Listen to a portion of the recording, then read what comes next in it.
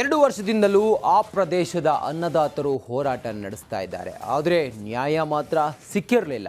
ಎಂದು ಕೂಡ ಆ ಹೋರಾಟ ತೀವ್ರ ಸ್ವರೂಪ ಪಡೆದಿತ್ತು. ಆ ನಂತರ ಏನಾಯ್ತು ಅನ್ನೋದನ್ನ ಈ ಸ್ಟೋರಿಯಲ್ಲಿ ನೋಡಿ.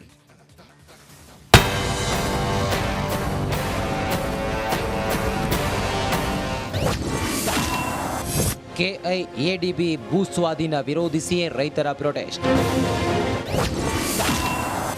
ರಾಜ್ಯ ಸರ್ಕಾರದ ವಿರುದ್ಧ ಅನ್ನದಾತರ ಆಕ್ರೋಶ ಹೋರಾಟ.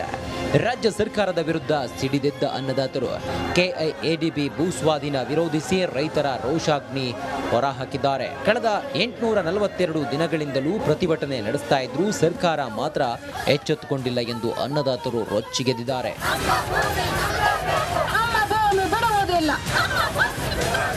ದೇವನಹಳ್ಳಿ ತಾಲೂಕಿನ ಚನ್ನರಾಯಪಟ್ಟಣ ಹೋಬಳಿಯ 13 ಗ್ರಾಮಗಳ 1777 ಎಕರೆ ಭೂಮಿಯನ್ನ 2ನೇ ಹಂತದಲ್ಲಿ ಸ್ವಾಧೀನಕ್ಕೆ ಸರ್ಕಾರ ಮುಂದಾಗಿದೆ. ಹೀಗಾಗಿ ಸರ್ಕಾರದ ವಿರುದ್ಧ ಕಳೆದ 842 ದಿನಗಳಿಂದ ಚನ್ನರಾಯಪಟ್ಟಣದಲ್ಲಿ ರೈತರು ಧರಣಿ ನಡೆಸುತ್ತಿದ್ದಾರೆ.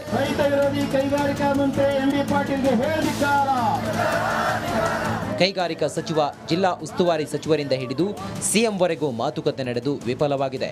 ಇದರಿಂದ ರೋಸಿ ಹೋದ ರೈತರು ಇಂದು ದೇವನಹಳ್ಳಿಯಲ್ಲಿ ಪ್ರತಿಭಟನಾ ಸಭೆ ನಡೆಸಿ ಸಿಎಂ ಮನೆಗೆ ಮುತ್ತಿಗೆ ಹಾಕಲು ಹೊರಟಿದ್ರು. ಆದರೆ ಪ್ರತಿಭಟನಾಕಾರರನ್ನ ಪೊಲೀಸರು ವಶಕ್ಕೆ ಪಡೆದರು.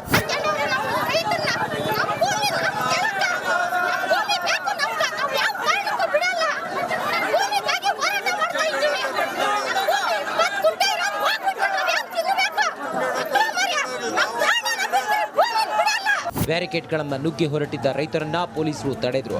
ಈ ವೇಳೆ ರಾಜ್ಯ ಸರ್ಕಾರದ ವಿರುದ್ಧ ರೈತರು ಧಿಕ್ಕಾರ ಕೂಗಿ ಕಿಡಿಕಾರಿದ್ರು. ಪ್ರತಿಭಟನಾ ಸ್ಥಳಕ್ಕೆ ಬಂದ ಸಿಎಂ, ರಾಜಕೀಯ ಕಾರ್ಯದರ್ಶಿ ಬಿಆರ್ ಪಾಟೀಲ್ ರೈತ ಮುಖಂಡರ ಜೊತೆ ನಡೆಸಿದ ಮಾತುಕತೆ ವಿಫಲವಾಯಿತು. ಹಿಂದಿನ ಸರ್ಕಾರದಿದ್ದಾಗನೇ ಹೋರಾಟ ಶುರುವಾಗಿದೆ. ಇವತ್ತು ನೋಟಿಫಿಕೇಶನ್ ಆಗಿದೆ, ಡಿನೋಟಿಫೈ ಮಾಡಬೇಕು ಅಂತ ಹೇಳಿ ರೈತರು ಕೇಳ್ತಾ ಇದ್ದಾರೆ. ಅದನ್ನು ಸರ್ಕಾರದ ಗಮನಕ್ಕೆ ತರ್ತೀನಿ. ಒಂದು ಪೂರ್ಣ ಸಭೆ ನಡೀಲಿ. ಅದು ಇಂಡಸ್ಟ್ರಿ ಮಿನಿಸ್ಟರು, ಕಂದಾಯ ಮಂತ್ರಿ, ಮುಖ್ಯಮಂತ್ರಿ ಎಲ್ಲ ಸಭೆ ನಡೆದು ಒಂದು ತೀರ್ಮಾನಕ್ಕೆ ಬರ್ತಾರೆ. ನಮ್ಮ ಹೋರಾಟಕ್ಕೆ ಸರ್ಕಾರ ಸ್ಪಂದಿಸುತ್ತಿಲ್ಲ. ಮುಂದಿನ ದಿನಗಳಲ್ಲಿ ಉಗ್ರ ಹೋರಾಟ ಮಾಡೋದಾಗಿ ರೈತರು ಎಚ್ಚರಿಕೆ ಕೊಟ್ಟಿದ್ದಾರೆ. ಮಂಜುನಾಥ್ ದಿನೂರು, ರಿಪಬ್ಲಿಕ್ ಕನ್ನಡ, ದೇವನಹಳ್ಳಿ. ಕಾಂಗ್ರೆಸ್ ಸರ್ಕಾರ ಅಭಿವೃದ್ಧಿ ಹೆಸರಲ್ಲಿ ರಾಜಧಾನಿಯನ್ನೇ ಹಾಳುಗಿಡುತ್ತಾ ಇದೆ. ಬಿಬಿಎಂಪಿ ಎಲೆಕ್ಷನ್ ನಡೆಸಲೇಬಾರದು ಅನ್ನೋ ನಿಟ್ಟಿನಲ್ಲಿ ಒಂದು ದಿಟ್ಟ ಹೆಜ್ಜೆಯನ್ನು ಇಟ್ಟಿದೆ. ಈ ಕುರಿತು ಒಂದು ರಿಪೋರ್ಟ್ ಇಲ್ಲಿದೆ ನೋಡಿ.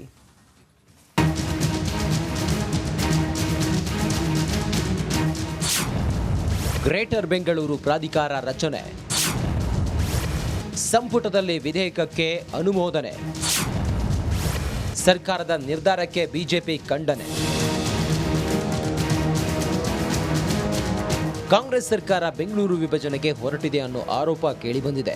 ಈಗಾಗಲೇ ಗ್ರೇಟರ್ ಬೆಂಗಳೂರು ವಿಧೇಯಕಕ್ಕೆ ಸಂಪುಟ ಅಸ್ತು ಹೊಂದಿದೆ. ಕಲಾಪದಲ್ಲಿ ಬಿಲ್ ಮಂಡನೆಯೊಂದೇ ಬಾಕಿ ಇದೆ. ಎಲ್ಲ ಅಂದುಕೊಂಡಂತೆ ಆದರೆ ಬಿಬಿಎಂಪಿ ಹೋಗಿ ಗ್ರೇಟರ್ ಬೆಂಗಳೂರು ಆಗಲಿದೆ. ಇನ್ನು ಗ್ರೇಟರ್ ಬೆಂಗಳೂರು ರಚನೆ ಹೇಗಿರಲಿದೆ ಅಂತ ನೋಡೋದಾದ್ರೆ, ಗ್ರೇಟರ್ ಬೆಂಗಳೂರು ರಚನೆ ಹೇಗೆ? ಹೊಸಕೋಟೆ, ನೆಲಮಂಗಲ, ದೇವನಹಳ್ಳಿ, ಬಿಡದಿ, ದೊಡ್ಡಬಳ್ಳಾಪುರ, ಆನೇಕಲ್ ಸೇರಿ ಗ್ರೇಟರ್ ಬೆಂಗಳೂರು. ಗ್ರೇಟರ್ ಬೆಂಗಳೂರು ಪ್ರತಿ ಪಾಲಿಕೆಗೆ ಗರಿಷ್ಠ 200 ವಾರ್ಡ್, 50ರಿಂದ 200 ವಾರ್ಡ್ವರೆಗೆ ರಚನೆ ಮಾಡಲು ಅವಕಾಶ. ಗ್ರೇಟರ್ ಬೆಂಗಳೂರು ವ್ಯಾಪ್ತಿ ಸುಮಾರು 1400 ಚದರ ಕಿಲೋಮೀಟರ್. ಇದಿಷ್ಟೇ ಅಲ್ಲದೆ ಗ್ರೇಟರ್ ಬೆಂಗಳೂರು ಇನ್ನು 10 ಹಲವು ವಿಶೇಷತೆಗಳನ್ನು ಹೊಂದಿರಲಿದೆ. ಈ ಬಗ್ಗೆ ನೋಡೋದಾದ್ರೆ, ಏನಿದು ಗ್ರೇಟರ್ ಬೆಂಗಳೂರು ಪ್ರಾಧಿಕಾರ? ಬಿಬಿಎಂಪಿ ಬದಲು ಗ್ರೇಟರ್ ಬೆಂಗಳೂರು ಪ್ರಾಧಿಕಾರ. ಸಿಎಂ ಅಧ್ಯಕ್ಷತೆಯಲ್ಲಿ ಪ್ರಾಧಿಕಾರ ಕೆಲಸ ಮಾಡುತ್ತೆ. ಪಾಲಿಕೆ 2ನೇ ಲೇಯರ್ ಸಮಿತಿಯಾಗಿ ಕಾರ್ಯ. ಮೇಯರ್ ಸದಸ್ಯರು ಶಾಸಕರೇ ಸದಸ್ಯರಾಗಿರುತ್ತಾರೆ. ಬೆಸ್ಕಾಂ, ಜಲಮಂಡಳಿ, ನಮ್ಮ ಮೆಟ್ರೋ, ಸಾರಿಗೆ, ಬಿಡಿಎ ವಿಲೀನ. ಬಿಬಿಎಂಪಿ ಕೆಲವು ವಿಭಾಗ ಸಂಪೂರ್ಣ ವಿಂಗಡಣೆಯಾಗುತ್ತೆ. ಕಾಲುವೆ, ರಸ್ತೆ, ಮೂಲಭೂತ ಸೌಕರ್ಯಕ್ಕೆ ಪ್ರತ್ಯೇಕ ಸಂಸ್ಥೆ. ಬಿಬಿಎಂಪಿ 10 ಸಂಸ್ಥೆಗಳಾಗಿ ವಿಂಗಡಿಸಿ ಅಧಿಕಾರ ಹಂಚಿಕೆ. ಬಿಬಿಎಂಪಿ ರದ್ದಾಗಿ ಜಿಬಿಎ ಅಧೀನದಲ್ಲಿ ಕಾರ್ಯಾಚರಣೆ. ಇನ್ನು ಗ್ರೇಟರ್ ಬೆಂಗಳೂರಿಗೆ ವಿರೋಧ ವ್ಯಕ್ತವಾಗಿದೆ. ಈ ಬಗ್ಗೆ ಮಾತನಾಡಿದ ಬಿಜೆಪಿ ಮುಖಂಡ ಎನ್ಆರ್ ರಮೇಶ್, ಕಾಂಗ್ರೆಸ್ ಸರ್ಕಾರ ಬಿಬಿಎಂಪಿ ಚುನಾವಣೆ ಮುಂದೂಡೋದಕ್ಕೆ ಸರ್ಕಾರ ಈ ಪ್ಲಾನ್ ಮಾಡಿದೆ ಅಂತ ಕಿಡಿಕಾರಿದ್ದಾರೆ. ಇವರ ಸ್ವಾರ್ಥಕ್ಕೋಸ್ಕರ ಇದನ್ನ 5 ಅಥವಾ 10 ಭಾಗಗಳಾಗಿ ವಿಭಜನೆ ಮಾಡಕ್ಕೆ ಕೊಟ್ಟಿರ್ತಕ್ಕಂಥದ್ದು ನೇರವಾಗಿ ಎಲ್ಲೋ ಒಂದು ಕಡೆ ಇವರು ಕೆಂಪೇಗೌಡರ ಆತ್ಮಕ್ಕೆ ಮಾಡ್ತಾ ಇರ್ತಕ್ಕಂಥ ದೊಡ್ಡ ದ್ರೋಹ ಅಂತ ಅತ್ಯಂತ ಸ್ಪಷ್ಟವಾಗಿ ಹೇಳಕ್ಕೆ ಇಷ್ಟಪಡ್ತೀನಿ. ನಾನು ಈಗಾಗಲೇ ಹೇಳಿದಾಗೆ ಹಲವಾರು ಬಾರಿ ಹೇಳಿದಾಗೆ ಇವ್ರು ಏನೇ ಮಾಡಿದ್ರು ಕೂಡ 5 ಭಾಗ ಮಾಡಲಿ 10 ಭಾಗ ಮಾಡಲಿ ಅದರಲ್ಲಿ ಇವರು ಆರ್ಥಿಕ ಅಸಮತೋಲನ ಅನ್ನೋ ಸಮಸ್ಯೆ ವಿಪರೀತ ದೊಡ್ಡದಾಗಿ ಪರಿಣಮಿಸಿ ಮುಂದಿನ ದಿನಗಳಲ್ಲಿ ಅದು ದೊಡ್ಡ ಪಿಡುಗಾಗಿ ಪರಿಣಮಿಸುತ್ತೆ. ಒಟ್ನಲ್ಲಿ ಕೆಂಪೇಗೌಡರು ಕಟ್ಟಿದ ಬೆಂಗಳೂರನ್ನ ಒಡೆದು ಆಳುವುದಕ್ಕೆ ಸರ್ಕಾರ ಹೊರಟಿದೆಯಾ ಅನ್ನೋ ಅನುಮಾನ ವ್ಯಕ್ತವಾಗಿದೆ. ಇದಕ್ಕೆ ಸರ್ಕಾರವೇ ಉತ್ತರ ನೀಡಬೇಕಾಗಿದೆ. Veeresh Hiremath, metro bureau, Republic Kannada. ಜೈಲಿನಲ್ಲಿರುವ ಪವಿತ್ರ ಗೌಡಗೆ ದಾಸ ದೂರಾಗುವ ಆತಂಕ ಶುರುವಾಗಿದೆ. ನಿನ್ನೆಯಷ್ಟೇ ಪೋಷಕರು ಬಂದು ಭೇಟಿಯಾಗಿ ಹೋಗಿದ್ರು. ಇದೇ ವೇಳೆ ಪವಿತ್ರ ಗೌಡ ತಾಯಿ ದರ್ಶನ್ ಪತ್ನಿ ವಿಜಯಲಕ್ಷ್ಮಿ ಜೈಲಿನ ಆಚೆ ಮುಖಾಮುಖಿಯಾಗಿದ್ರು. ಆದರೆ ಇಬ್ಬರ ನಡುವೆ ಮಾತೂ ಇಲ್ಲ, ಕಥೆಯೂ ಇಲ್ಲ. ವಿಜಯಲಕ್ಷ್ಮಿ ಪವಿತ್ರ ಫ್ಯಾಮಿಲಿ ಮುಖಾಮುಖಿ. ಪವಿತ್ರ ಕುಟುಂಬದ ಮೇಲೆ ವಿಜಯಲಕ್ಷ್ಮಿ ನಿಗಿ.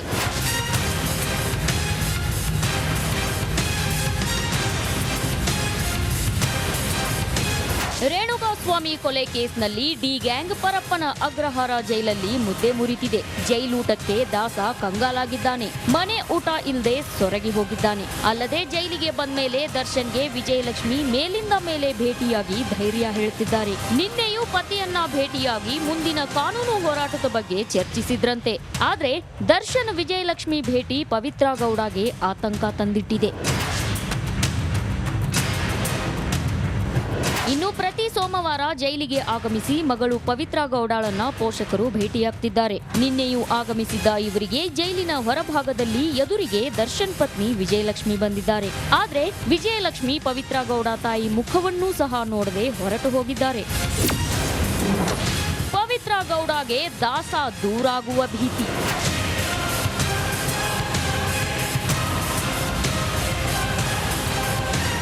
ಜೈಲಿನಲ್ಲೂ ದರ್ಶನ್ ಹಾಗೂ ಪವಿತ್ರ ಗೌಡ ಭೇಟಿಯಾಗಬಾರ್ದು, ಮುಖಾಮುಖಿ ಆಗಬಾರ್ದು ಅಂತ ವಿಜಯಲಕ್ಷ್ಮಿ ವಿಶೇಷ ಕಾಳಜಿ ವಹಿಸಿದ್ದಾರೆ. ಆದ್ರೆ ವಿಜಯಲಕ್ಷ್ಮಿ ಪದೇ ಪದೇ ದರ್ಶನ್ಗೆ ಭೇಟಿ ಆಗ್ತಿರೋದ್ರಿಂದ ಪವಿತ್ರ ಗೌಡಗೆ ದಾಸ ತನ್ನಿಂದ ದೂರಾಗುವ ಭೀತಿ ಶುರುವಾಗಿದೆಯಂತೆ.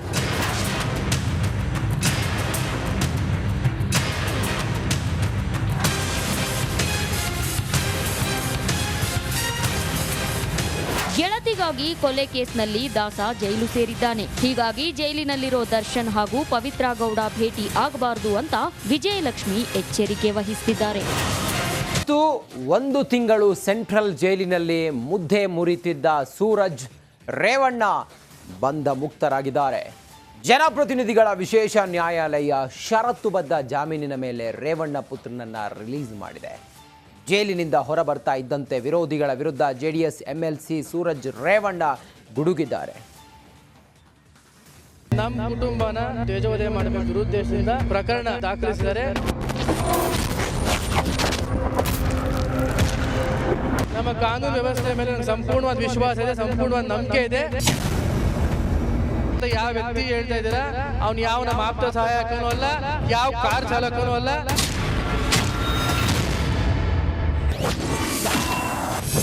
ಎಂಎಲ್ಸಿ ಸೂರಜ್ ಜೈಲಿನಿಂದ ಬಿಡುಗಡೆ. 1 ತಿಂಗಳ ಬಳಿಕ ಹೊರಬಂದ ರೇವಣ್ಣ ಪುತ್ರ. ಅಸಹಜ ಲೈಂಗಿಕ ದೌರ್ಜನ್ಯ ಕೇಸ್ನಲ್ಲಿ ಅರೆಸ್ಟ್ ಆಗಿದ್ದ ಜೆಡಿಎಸ್ ಎಂಎಲ್ಸಿ ಸೂರಜ್ ರೇವಣ್ಣ 30 ದಿನಗಳ ಬಳಿಕ ಸೆರೆವಾಸದಿಂದ ಹೊರಬಂದರು. ಸೋಮವಾರವಷ್ಟೇ ಸೂರಜ್ಗೆ ಬೆಂಗಳೂರಿನ ಜನಪ್ರತಿನಿಧಿಗಳ ವಿಶೇಷ ನ್ಯಾಯಾಲಯ ಷರತ್ತುಬದ್ಧ ಜಾಮೀನು ಮಂಜೂರು ಮಾಡಿತ್ತು. ಈ ಹಿನ್ನೆಲೆ ಬೆಂಗಳೂರಿನ ಸೆಂಟ್ರಲ್ ಜೈಲಿನಿಂದ ಬಿಡುಗಡೆಯಾದರು.